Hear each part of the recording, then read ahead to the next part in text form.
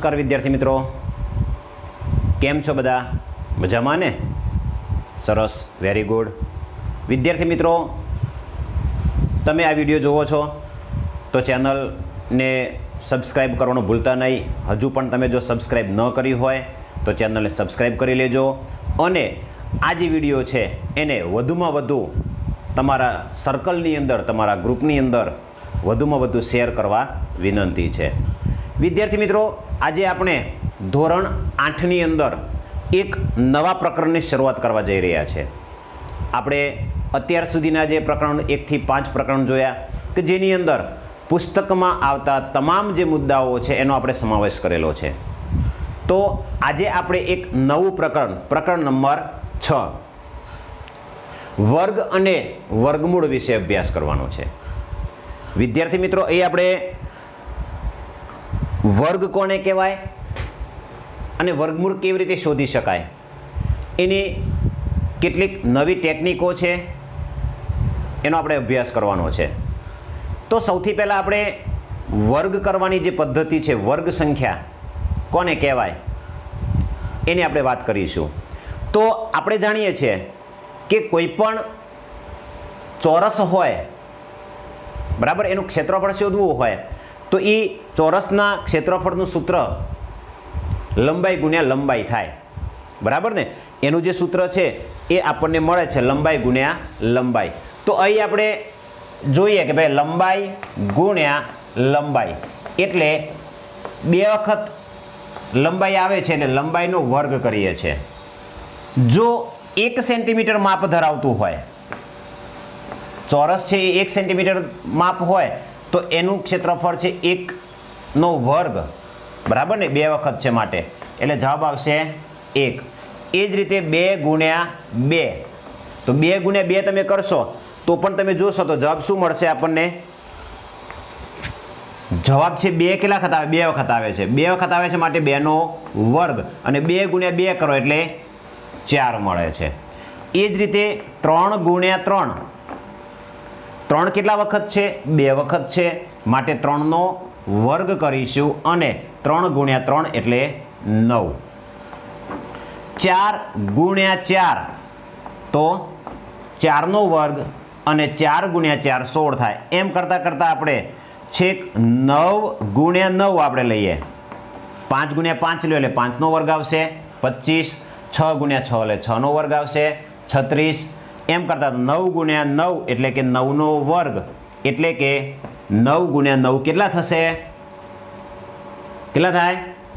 81, બરાબર ને। એટલે 9 ગુણ્યા 9 એટલે આપણે 81 થશે।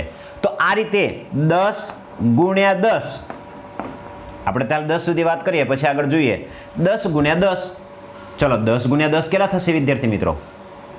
100 થશે, બરાબર ને। પણ 10 ગુણ્યા 10 બે વખત છે માટે 10 નો વર્ગ અને આ જે મળે છે આપણને 100 મળે છે। તો વિદ્યાર્થી મિત્રો, અહીં આપણને કઈ કઈ સંખ્યાઓ મળી તો જોઈએ છે કે ભાઈ 1 મળે છે, કારણ કે 1 છે 2 વખત લીધો, 2 2 વખત લીધો, 3 2 વખત લીધો, 4 2 વખત લીધો, એમ ક્રમશઃ સંખ્યાઓ આપણે લીધી છે। તો આપણને જે સંખ્યાઓ મળે છે એ આ રીતે મળે છે, 1 પછી 4 9 16, બરાબર ને। 16 પછી કઈ આવશે? 25 36, બરાબર ને। પછી 49 64 81 100, તો આવી ઘણી બધી સંખ્યાઓ મળે છે। તો આ જે સંખ્યાઓ આપણને મળે છે એ આ સંખ્યાઓને પૂર્ણ એટલે કે વર્ગ સંખ્યા કહેવામાં આવે છે। કઈ સંખ્યા કહેવામાં આવે છે આપણે? વર્ગ સંખ્યા। આ જે બધી સંખ્યાઓ છે આ સંખ્યાઓને વર્ગ સંખ્યા તરીકે ઓળખીએ છીએ આપણે, વર્ગ સંખ્યા કહેવામાં આવે છે।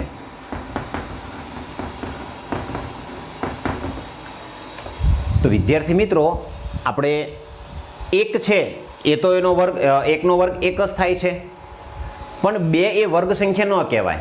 તમને પરીક્ષાની અંદર પ્રશ્ન પૂછાય કે ભાઈ નીચે આપેલી સંખ્યામાંથી કઈ સંખ્યા છે એ વર્ગ સંખ્યા છે? તો વર્ગ સંખ્યા છે એ તમે કદાચ યાદ ન હોય તો ક્રમશઃ સંખ્યાઓનો આપણે 2 વખત ગુણાકાર કરતા જવાનું। તો અહીંયા તમે જોશો તો 1 4 9 16 25 36 49 64 81 100 એવી આગળ પણ સંખ્યાઓ આપણે મળતી રહે છે. તો આ જે સંખ્યાઓ મળે છે એને વર્ગ સંખ્યા તરીકે ઓળખવામાં આવે છે. બરાબર. તો આ રીતે આપણે એ વર્ગ સંખ્યા કોને કહેવાય એની આપણે વાત કરી છે. બરાબર ને. તો આ બધી સંખ્યાઓ છે એ વર્ગ સંખ્યા. હવે 5 અને 6 ની વચ્ચે કોઈ પ્રાકૃતિક સંખ્યાનો વર્ગ થશે? એ 4 અને 5 આવે, 5 અને 6 ની વચ્ચે, તો એવી કોઈ વર્ગ સંખ્યા આપણને મળે નહીં. બરાબર. એટલે કોઈ પ્રાકૃતિક સંખ્યા નથી હોતી. અહીંયા આપણે દરેક પ્રાકૃતિક સંખ્યાઓ લીધી. જો ક્રમશઃ પ્રાકૃતિક સંખ્યાઓના વર્ગ શોધ્યા છે. તો આ જે સંખ્યા મળે છે એ 1 નો વર્ગ 1, 2 નો વર્ગ 4. આપણે આ રીતે બોલી શકીએ કે ભાઈ 2 નો વર્ગ, હવે 2 નો વર્ગ છે એ લખવું હોય તો આપણે 2 નો વર્ગ આ રીતે લખી શકીએ. આપણે 2 નો વર્ગ એનો મતલબ કે એકના એક સંખ્યાનો 2 વડે ગુણાકાર કરવાનો. તો 2 નો વર્ગ છે એ આપણને કેટલો મળશે? 4 મળશે. એટલે વિદ્યાર્થી મિત્રો, તમને જો વર્ગ મોઢે યાદ ન હોય તો વર્ગ સંખ્યા કેવી રીતે શોધી શકાય? તો તમને જે સંખ્યાનો વર્ગ શોધવાનો કીધો હોય એ સંખ્યાનો 2 વખત ગુણાકાર કરવાનો. એકના એક સંખ્યાને 2 વખત ગુણાકાર કરો. દાખલા તરીકે કોઈ એમ કે ભાઈ 11 નો વર્ગ શોધો. 11 નો વર્ગ અથવા તો 11 નો વર્ગ સંખ્યા કઈ થાય? તો આમાં આપણે શું કરવાનું છે કે ભાઈ 11 નો વર્ગ સંખ્યા કીધી છે. બરાબર ને. તો આપણે 11 નો વર્ગ એટલે 11 ગુણ્યા 11 કરવાના, અને 11 ગુણ્યા 11 છે એ ગુણાકાર કરીએ એટલે આપણને 121 મળે. તો સીધી વસ્તુ થાય કે ભાઈ 11 નો વર્ગ છે એ 121 થાય. એટલે કે કોઈ પણ સંખ્યાનો વર્ગ શોધવો હોય અથવા તો કોઈ પણ સંખ્યાની વર્ગ સંખ્યા શોધવાની પૂછી હોય તો જે સંખ્યાનો વર્ગ શોધવાનો છે એના એ જ સંખ્યાનો 2 વખત આપણે ગુણાકાર કરવાનો છે. અહીંયા તમે જુઓ તો એકના એક સંખ્યાનો 2 વખત ગુણાકાર કરીએ છીએ, વચ્ચે કોઈ સંખ્યા રહી જતી નથી. બરાબર ને. તો અહીંયા 5 અને 6 ની વચ્ચે કોઈ પૂર્ણ વર્ગ સંખ્યા જ નથી, કોઈ વર્ગ સંખ્યા જ નથી, કોઈ સંખ્યા જ નથી પ્રાકૃતિક સંખ્યા. માટે એ બંને વચ્ચે કોઈ પણ આપણને પૂર્ણ વર્ગ સંખ્યા નહીં મળે. દાખલા તરીકે 5 નો વર્ગ છે એ આપણને ખબર છે કે 25 અને 6 નો વર્ગ છે એ 36. તો તમે જોઈ શકો છો કે 5 અને 6 ની વચ્ચે કોઈ પ્રાકૃતિક સંખ્યા નથી. બરાબર ને. અહીંયા તમે સ્પષ્ટ દેખાય છે કે 5 અને 6 ની વચ્ચે કોઈ પ્રાકૃતિક સંખ્યા નથી. માટે 25 અને 36 ની વચ્ચે કોઈ પૂર્ણ સંખ્યા નહીં મળે, કોઈ વર્ગ સંખ્યા નહીં, પૂર્ણ સોરી નહીં, પણ વર્ગ સંખ્યા નહીં મળે.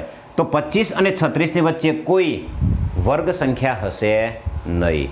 એ જ રીતે 7 અને 8, તો 7 નો વર્ગ 49 છે, 8 નો વર્ગ છે 64 છે. બરાબર ને. તો અહીંયા 7 નો વર્ગ લઈએ તો 49 થશે અને 8 નો વર્ગ લઈએ તો 64 થશે. તો વિદ્યાર્થી મિત્રો, તમને કોઈ એમ પૂછે કે ભાઈ 49 અને 64 ની વચ્ચે કેટલી વર્ગ સંખ્યાઓ આવે અથવા કેટલી પૂર્ણ વર્ગ સંખ્યાઓ આવે? તો વિદ્યાર્થી મિત્રો, આ બંને વચ્ચે એક પણ પૂર્ણ વર્ગ સંખ્યા નહીં આવે. કેમ? કારણ કે 7 નો વર્ગ 49 થાય છે, 8 નો વર્ગ 64 થાય છે. એટલે 7 અને 8 ની વચ્ચે કોઈ પ્રાકૃતિક સંખ્યા નથી. માટે 49 અને 64 ની વચ્ચે કોઈ વર્ગ સંખ્યા નહીં મળે. હવે વિદ્યાર્થી બીજું આપણે કે આને વર્ગ સંખ્યા તો કીધી, બરાબર છે, આ બધી સંખ્યાઓ વર્ગ સંખ્યા છે. એના માટે બીજો શબ્દ પણ વપરાય છે, પૂર્ણ વર્ગ સંખ્યા.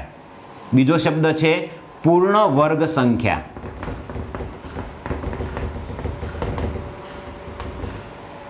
આ બધી સંખ્યાઓને આપણે પૂર્ણ વર્ગ સંખ્યા પણ કહેવાય છે, કારણ કે એ કોઈ એક સંખ્યાનો વર્ગ કરવાથી મળતી સંખ્યા છે. એટલા માટે એ પૂર્ણ વર્ગ સંખ્યા તરીકે પણ ઓળખાય છે. તો આપણે આ પૂર્ણ વર્ગ સંખ્યાઓ છે એ આપણે જોઈ. હવે વિદ્યાર્થી મિત્રો, આપણે આ જે વર્ગ સંખ્યાઓ છે એ 1 થી 20 સુધીની આપણે લખી લઈએ, અને તમારે 1 થી 30 ની વચ્ચે આવતી બધી જ પૂર્ણ વર્ગ સંખ્યા એટલે કે વર્ગ સંખ્યાઓ છે એ તમારે યાદ રાખવાની છે. તો આપણે એ જોઈએ કે ભાઈ સંખ્યા અને એ સંખ્યાનો વર્ગ. બરાબર ને. સંખ્યા અને સંખ્યાનો વર્ગ આપણે જોઈએ. તો ચલો, અહીંયા આપણને એક સંખ્યા આપી છે, તો 1 નો વર્ગ શું થશે? 1 ગુણ્યા 1 એટલે 1. 2 હોય તો 2 ગુણ્યા 2 એટલે કે 4. 3 હોય તો 3 ગુણ્યા 3 એટલે કે 9. 4 હોય તો 4 ગુણ્યા 4 એટલે કે 16. 5 હોય તો 5 ગુણ્યા 5 બરાબર 25. 6 હોય તો 6 ગુણ્યા 6 બરાબર 36. 7 હોય તો 7 ગુણ્યા 7 બરાબર 49. 8 હોય તો 8 ગુણ્યા 8 બરાબર 64. 9 હોય તો 9 ગુણ્યા 9 બરાબર 81. 10 હોય તો 10 ગુણ્યા 10 બરાબર 100. બરાબર ને? હવે 11 શોધીએ આપણે. અહીંયા સંખ્યા આપણે 11 ને લઈ આવે. સંખ્યા વર્ગ. ચલો 11 હોય તો 11 નો વર્ગ છે એ 11 ગુણ્યા 11 એટલે કેટલા થશે? જો આજે હું લખી દઉં છું, તમારે પાકા કરી દેવાના છે. બરાબર ને? આજે અહીંયા તમને પૂછતો નથી, પણ પછી જ્યારે બીજો લેક્ચર આવશે ત્યારે હું પૂછીશ તમને, તો તમને યાદ હોવું જોઈએ. તો 11 ગુણ્યા 11 એટલે આપણે 121. 12 નો વર્ગ છે, 12 છે એનો વર્ગ કરો તો 12 ગુણ્યા 12 એટલે કે 144 થશે. 13 તો 13 ગુણ્યા 13 એટલે કે 169. 14 ગુણ્યા 14 એટલે કે 216. 15 એટલે કે 15 ગુણ્યા 15 એટલે કેટલા? સોરી, 14 નો વર્ગ 196 થશે. સોરી, 196. 15 નો વર્ગ 225.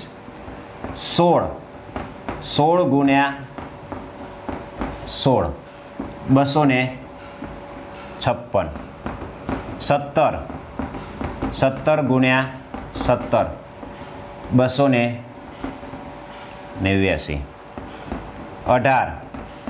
18 ગુણ્યા 18 324. અને 19 ગુણ્યા 19 એટલે કે 361. અને 20 એટલે કે 20 ગુણ્યા 20 એટલે કે 400. તો વિદ્યાર્થી મિત્રો, અહીંયા 20 સુધીના મેં વર્ગ છે એ લખી દીધા છે. તમે પણ તમારી બુકની અંદર, પાકી બુકમાં લખી દેજો. આ બહુ ઉપયોગી છે. તો આ સંખ્યાઓના વર્ગ છે. તમે 21 નો વર્ગ, 22 નો વર્ગ જાતે તમે ગુણાકાર કરીને તમે પાકા કરી દેવાના છે. તમારે 30 સુધી આપણને મોઢે હોવા જોઈએ. હવે આપણે વાત કરવાની છે, આ તો વર્ગની વાત થઈ ગઈ. વિદ્યાર્થી મિત્રો, અહીંયા આપણને વર્ગ સંખ્યાના ગુણધર્મ મેં કીધું ને મને કે આ બધી સંખ્યાઓ 1, 4, 9, 16, 25 ને બધી મળે છે આપણને. આ બધી જ પૂર્ણ વર્ગ સંખ્યા પણ કહેવાય છે. કઈ સંખ્યા કહેવાય એને? વર્ગ તો ખરી જ, પણ આ જે સંખ્યા મળે છે એને પૂર્ણ વર્ગ પણ કહેવાય. કારણ કે એ કોઈ એક સંખ્યાને 2 વખત ગુણવાથી મળે છે, એટલે વર્ગ કરવાથી મળે છે, માટે એને પૂર્ણ વર્ગ સંખ્યા કહેવામાં આવે છે. વિદ્યાર્થી મિત્રો, એના ગુણધર્મની વાત કરીએ આપણે હવે. એના ગુણધર્મો છે, એમાં પહેલો ગુણધર્મ જોઈએ આપણે. તો ગુણધર્મમાં તમે જોઈ શકો છો કે આની અંદર એકમનો અંક જુઓ બધાનો તમને કયો મળે છે. આ જે વર્ગ સંખ્યાઓ છે, પૂર્ણ વર્ગ સંખ્યાઓ છે, એ પૂર્ણ વર્ગ સંખ્યાઓના એકમનો અંક કયા કયા છે? બોલો તો, ફટાફટ ઉતાર રાખો. હા, સરસ. 1, 4, 9, 16, 5. બરાબર ને? તો આપણે લખીએ અહીંયા કે ભાઈ વર્ગ સંખ્યાના એકમના અંક, તમે જે વર્ગ કરો છો એના એકમના અંક કયા મળે છે? તો 1 મળે છે, પછી 4, 9, 6. 1, 4, 9, 6, પછી 5, પછી જો 6 રિપીટ થાય છે એટલે 6 નહીં લેવાનો. બરાબર? પછી 9 એ રિપીટ થાય છે. 4 પણ રિપીટ થાય છે. 1, પછી 0, જો 0 પણ છે એટલે આપણે 0 પણ લખવું પડે. 0. બરાબર? પછી ફરી પાછો 1, 4, 9, 6, 5, 6, 9, 4, 1, 0. તો વિદ્યાર્થી મિત્રો, તમને કઈ નવાઈ લાગી આમાં જોયું તમે કે કોઈ પણ સંખ્યાનો વર્ગ કરવાથી એકમનો અંક આપણને 0, 1, 4, 9 અને 6 અને 5 સિવાય બીજી કોઈ સંખ્યા નથી મળતી. જોયું ને, તમે કોઈ પણ સંખ્યાનો વર્ગ કરો, ગમે તે સંખ્યાનો વર્ગ કરશો તો એના એકમનો અંક હંમેશા આપણને 1, 4, 9, 6, 5 અને 0 જ મળશે. એ સિવાય બીજી કોઈ સંખ્યાનો નહીં મળે. તો આનો ગુણધર્મ પહેલું એ જ છે કે કોઈ પણ સંખ્યાનો વર્ગ કરવાથી એકમનો અંક 1, 4, 9, 6, 5 અને 0 જ મળે છે. એટલે કે કોઈ પણ સંખ્યાનો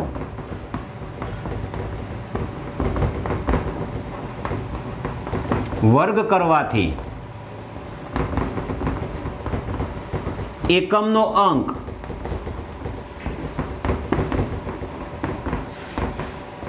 1, 4, 9, 6, 5 અને 0 જ મળે છે.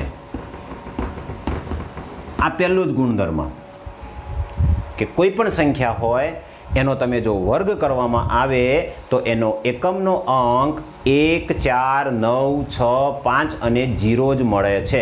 એ સિવાય બીજો કંઈ ન મળે. એ સિવાય કયા સંખ્યા? સિવાયના. તો આ જે સિવાયના કયા મળશે આપણને? 2, પછી 3, 7, 8, બરાબર ને? 2, 3, જો 1, 2, 3, 4, 5 મળે છે, પછી 6 મળે છે, 7 નથી મળતો, 8 નથી મળતો, એટલે કે 2, 3, 7, 8. બરાબર ને? 2, 3, 7, 8 સિવાયના બધા અંકો છે પૂર્ણ વર્ગ સંખ્યામાં મળે છે.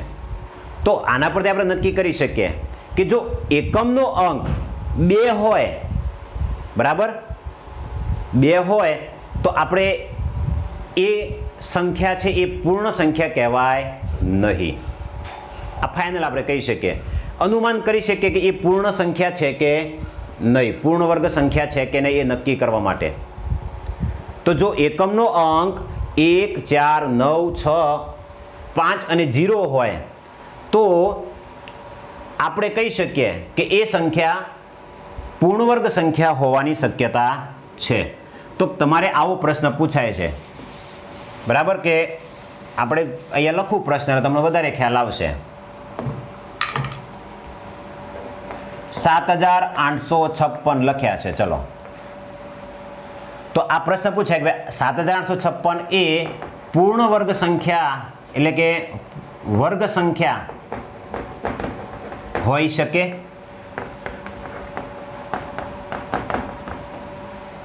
તો આપણે યાદ કરવાનું કે ભાઈ પૂર્ણ જે વર્ગ સંખ્યાઓ છે એના એકમનો અંક કયા હતા? તો 0, 1, બરાબર, 0, 1, 4, 5, 6 અને 9 આપણે ક્રમમાં ગોઠવી દઈએ, બરાબર. તો કયા કયા થવાના? 0, 1, 4, 5, 6 અને 9. આટલા જ અંકો છે એ વર્ગ સંખ્યાના એકમનો અંક હોય. આ સિવાયના જો એકમનો અંક હોય તો એ પૂર્ણ વર્ગ સંખ્યા કહેવાય નહીં. તો અહીંયા 6 છે, તો 6 એ આપણને મળે છે, માટે આ 7856 એ વર્ગ સંખ્યા હોઈ શકે.